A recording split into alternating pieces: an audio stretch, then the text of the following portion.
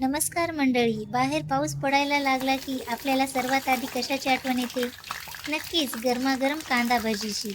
मग तुमची कांदा भजी तळल्यावर मऊ पडतात का? आणि ते खूपच तेलकट होतात का? तर आजची रेसिपी ही खास तुमच्यासाठी. चला तर मग आजच्या रेसिपीमध्ये अगदी कुरकुरीत आपण कांदा भजी बनवू. पहा, खाल्ल्यास याचा आवाज किती कुरकुरीत येत आहे.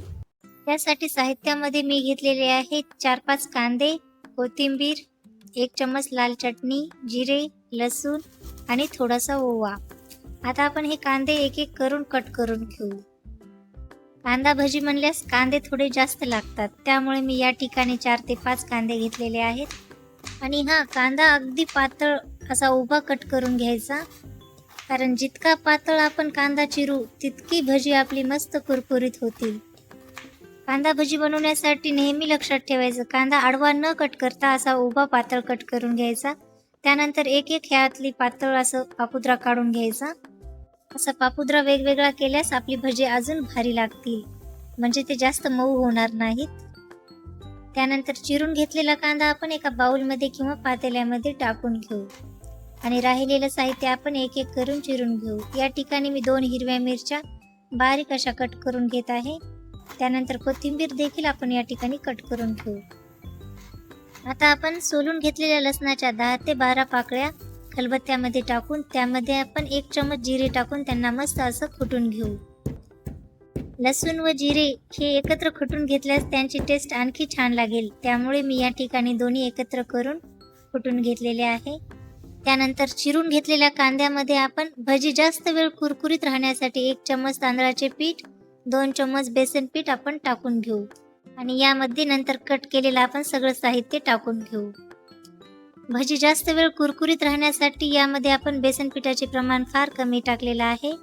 त्यानंतर हातावर चोळून घेतलेला ओवा, 1 चम्मच लाल तिखट, चवीनुसार मीठ, जिरे, कुटून घेतलेला लसूण हे सगळं साहित्य आपण टाकून इकडे कढईमध्ये तेल गरम करण्यासाठी ठेवून घेऊ.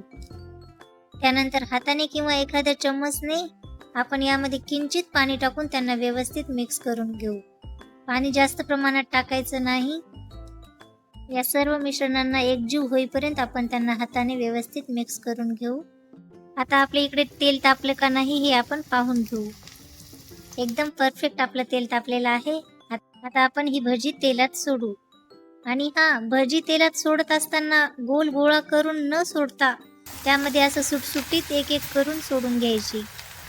तर यांना आपण मध्यम गॅसवरती लालसर कलर येईपर्यंत तळून घेऊ.